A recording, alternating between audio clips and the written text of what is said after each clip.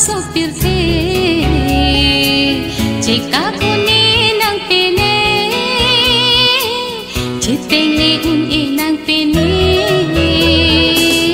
otur sorile kham khe tame jika kuni nang pene duk sur jong hele dosi tame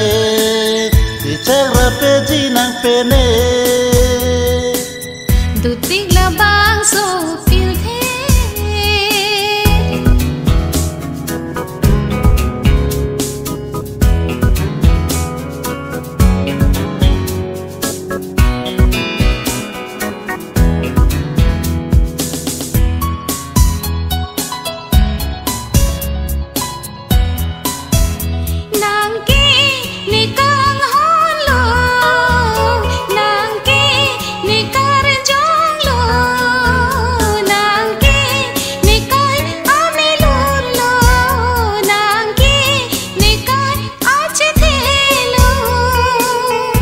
son le ma tha lo te